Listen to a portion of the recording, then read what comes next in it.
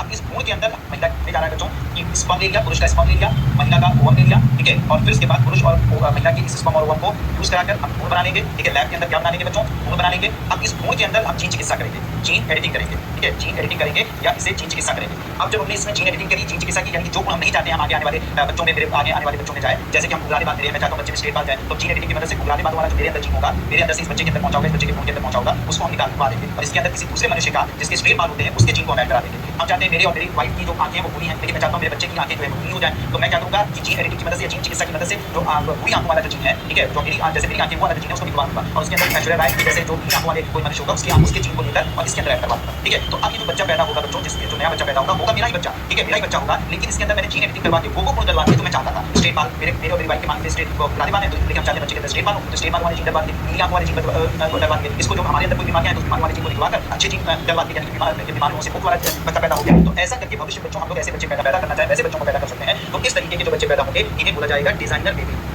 Designer baby कहा जाएगा। किस नाम से जाना जाएगा बच्चों? डिजाइनर बेबी के नाम से जाना जाएगा। तो डिजाइनर बेबी क्या होंगे बच्चों? जिनमें हम क्या करेंगे?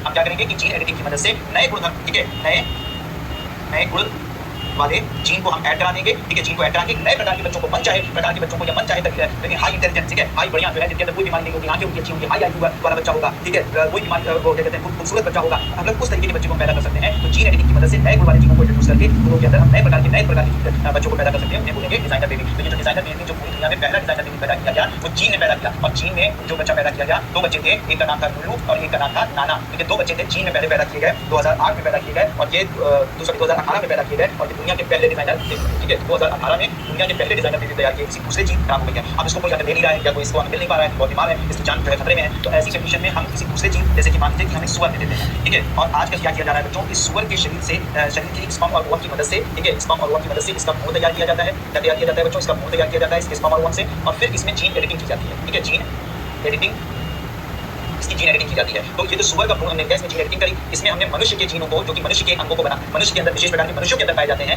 ऐसे मनुष्य के जीनों को ऐड कर दिया, ठीक है, प्लस का मतलब मनुष्य के जीन को ऐड कर दिया। वो जीन जो सिर्फ सुअर में पाए जाते हैं उसको हमने मनुष्य में नहीं पाए जाते हैं, उसको हमने निकाल के बाहर कर दिया। तो जो मनुष्य में से पाए जाते हैं उस जीन को मनुष्य में सुअर में नहीं पाए जाते हैं, उस जीन को हमने मनुष्यों के जीन से मनुष्य से लेकर इसके अंदर इस भ्रूण के अंदर ऐड कर दिया। और जो सिर्फ सुअर में पाए जाते हैं, ठीक है, सुअर में पाए जाते हैं और मनुष्य में नहीं पाए जाते, खुद का बाहर कर दिया। बाकी हमारे और सुअर में, यानी कि एक मनुष्य के अंदर, ठीक है, एक मनुष्य के अंदर और सुअर के अंदर 90% या और भी ज्यादा, लगभग 90 से लेकर 95% जीन जो है सेम रहते हैं, ठीक है। तो मनुष्य और सुअर के जीन लगभग सेम होते हैं, लेकिन कुछ ऐसे जीन होते हैं सिर्फ मनुष्यों में पाए जाते हैं, ठीक है, और कुछ ऐसे जीन होते हैं जो सिर्फ सुअरों में पाए जाते हैं। तो जो सिर्फ मनुष्यों में पाए जाते हैं उनको मनुष्यों से निकालकर इस भ्रूण के अंदर ऐड कर दिया, सुअर के भ्रूण के अंदर ऐड कर दिया, और जो सिर्फ सुअर में पाए जाते हैं मनुष्यों में नहीं पाए जाते उनको निकाल बाहर कर दिया। तो कुछ मनुष्य के जीन ऐड किए, कुछ सुअर के जीन निकाल के बाहर कर दिए, यानी कुल मिलाकर क्या कर दी? जीन एडिटिंग कर दी एक CRISPR-Cas9 टेक्नोलॉजी की मदद से, यानी कि जो जीन जरूरी थे उसको कट कर बाहर कर दिया, जो जरूरी नहीं थे वो कट करके बाहर कर दिया, जो जीन जरूरी थे वो ऐड कर दिया, और इस तरीके से एक जेनेटिकली मॉडिफाइड सुअर तैयार हो गया, ठीक है, जेनेटिकली मॉडिफाइड सुअर तैयार हो गया, जो कि ये जेनेटिकली मॉडिफाइड सुअर तैयार हो गया, जिसे हम लोग जीएम सुअर कह सकते हैं। जेनेटिकली मॉडिफाइड या आनुवंशिक रूप से तो वहां से अंग पाए जाएंगे, मनुष्य के प्रकार के अंग पाए जाएंगे इसके अंदर, ठीक है। क्यों? क्योंकि हमने इसमें जीन एडिटिंग की मदद से इसके शरीर के अंदर, ठीक है, तो इसमें हमने मनुष्य के जीन को डाल दिया, कर देंगे, क्योंकि मेरे को मनुष्य की तरह होगा,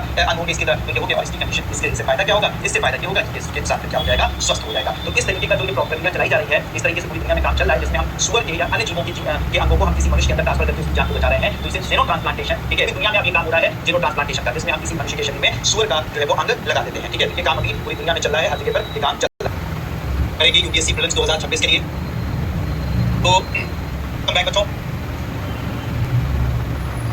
है उन्हें हम लोग क्या बोलते हैं? स्टेम के अंदर नई कोशिकाओं को चल गया। स्टेम कोशिका क्या होती है? कोशिका के बारे में हम लोग बात करेंगे, ठीक है, स्टेम कोशिका या स्टेम सेल के बारे में बात करेंगे। तो बच्चों ये स्टेम सेल या स्टेम कोशिका क्या होती है इसे समझ लीजिए। तो हमारे शरीर में पाई जाने वाली वह कोशिकाएं जिनके अंदर नई कोशिकाओं को जन्म देने की क्षमता होती है, नई कोशिकाओं में बदलने की क्षमता होती है, उन्हें हम लोग क्या बोलते हैं? स्टेम कोशिकाएं कहते हैं। क्या बोलते हैं बच्चों? फिर से समझ लीजिए, मैंने कहा कि हमारे शरीर में कुछ ऐसी कोशिकाएं पाई जाती हैं जो नई कोशिकाओं में बदलने की जिनके अंदर क्षमता होती है, उसे हम लोग क्या बोलते हैं? स्टेम कोशिकाएं कहते हैं, ठीक है।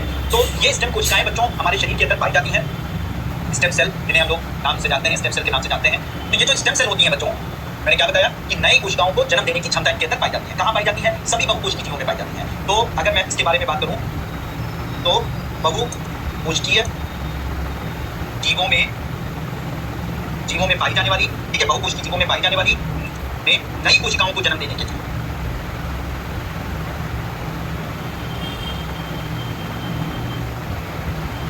ठीक है। तो बहुकोशिकीय जीवों में पाई जाने वाली नई कोशिकाओं को जन्म देने वाली ये कोशिकाएं होती हैं जिन्हें हम लोग स्टेम सेल के नाम से जानते हैं, ठीक है। सभी बहुकोशिकीय जीवों में पाई जाती हैं, ठीक है। तो हमारे शरीर में जो भी नई कोशिकाएं बन रही हैं बच्चों, वो सारी की सारी जो कोशिकाएं हैं वो यही स्टेम सेल बनाती हैं, ये स्टेम कोशिकाएं बनाती हैं।